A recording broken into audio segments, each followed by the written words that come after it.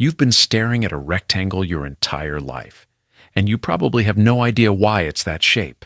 Some people swear by ultra-wide, others call it a gimmick.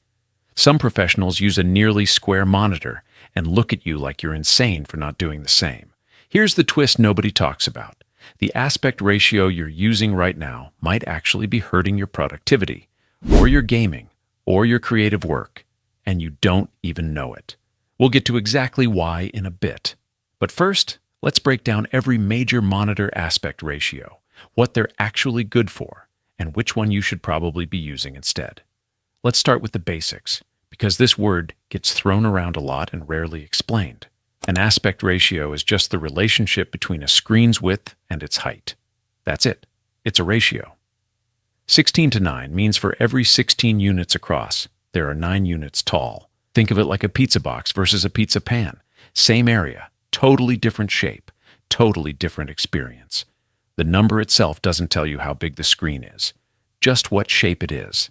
Now, why does shape matter? Because your eyes are horizontal. Your field of vision naturally extends wider than it does tall. So screen manufacturers have always been chasing that sweet spot between what feels natural and what's practical for the content you're consuming. But here's where it gets interesting, because practical means very different things depending on what you do all day. Let's talk about the one you almost certainly have right now, 16:9. This is the global standard. According to Steam's hardware survey data, over 80% of PC gamers use a 16:9 monitor. It's the ratio that YouTube videos are shot in. It's what Netflix optimizes for. It's what your TV at home is. But why 16:9 specifically? The answer goes back to the 1980s when a mathematician named Kearns Powers at the Society of Motion Picture and Television Engineers, SMPTE, was tasked with finding a single aspect ratio that could display all the existing film and TV formats with the least amount of wasted screen space. After testing every ratio from 4:3 to 2.39 to 1, 16:9, also written as 1.78 to 1. 1. It's not perfect. It's a compromise. But it's an incredibly well-engineered one. For gaming, streaming, and general use, 16:9 is still king for a reason. Everything is made for it. Nothing is awkward. It just works. But what if you want more? Well, there's a catch. Here's something a lot of people don't realize. 16:10 isn't just a slightly taller 16:9.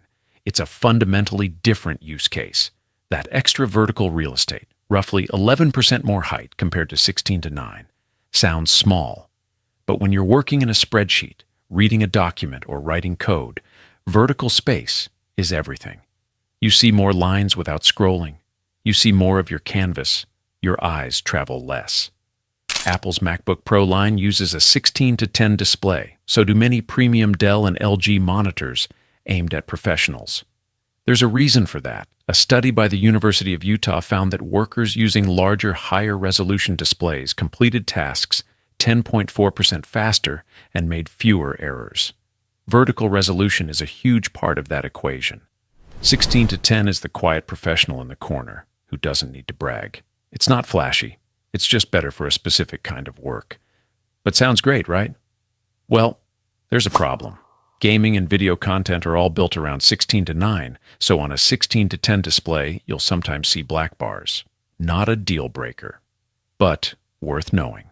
Now this is where things get divisive. 21:9, the ultra-wide format, is the Marmite of monitor ratios.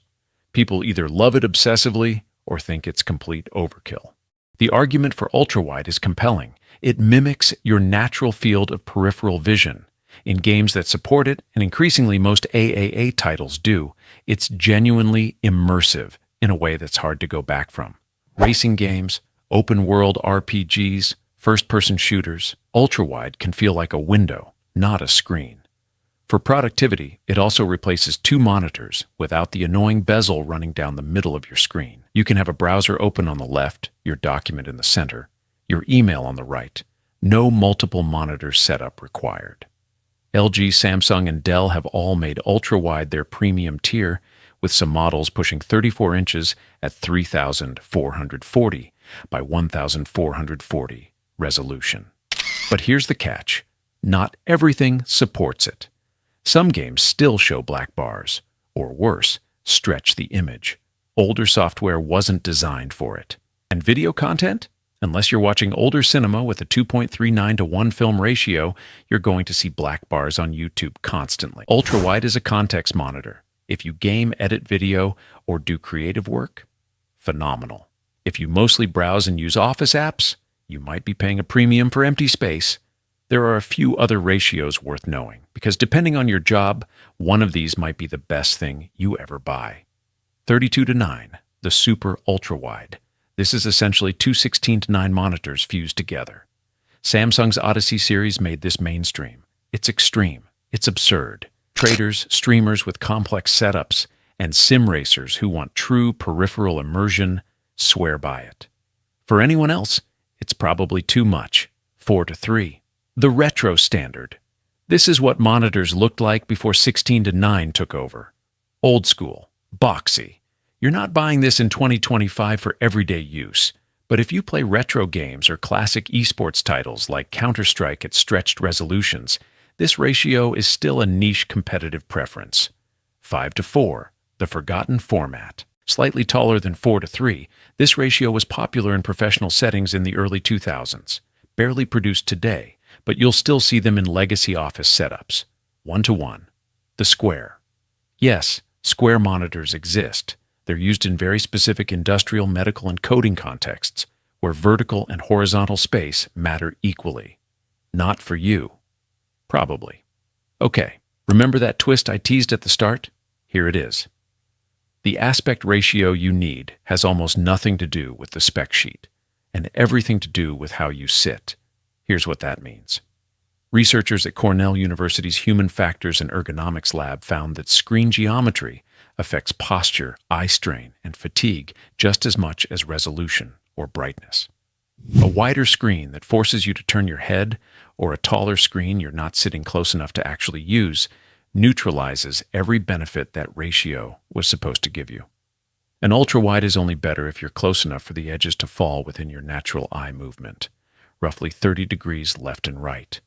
If you're sitting too far away, you're literally not seeing the extra screen. You've paid for pixels you're ignoring, and a 16:10 monitor's extra height only helps if your desk setup puts the top of the screen at or just below eye level, the way ergonomics guidelines recommend. The aspect ratio wars online skip this entirely. Everyone's arguing about the shape of the rectangle, when the real variable is you, your chair, your distance, your workflow. So the question isn't which ratio is best, it's which ratio works best at the distance I actually sit. Here's the clean version. 16:9. Get this if you game, stream, or just want everything to work perfectly out of the box. 16:10. Get this if you write code or live in spreadsheets.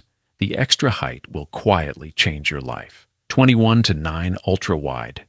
Get this if you do creative work, multitask heavily, or play immersive single-player games. Know that video content won't always love you back. 32:9. Only if you have the desk space, the budget, and a very specific reason. The central idea here is simple, and I'll say it one more time so it sticks. The best aspect ratio is the one that matches the distance you sit and the work you actually do. Not the one with the most hype. Not the one your favorite YouTuber uses.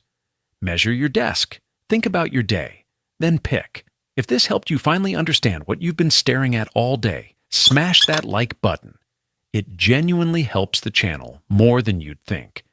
Subscribe if you want more breakdowns like this, no fluff, no filler, and drop a comment. What ratio are you rocking right now, and what do you use your monitor for most?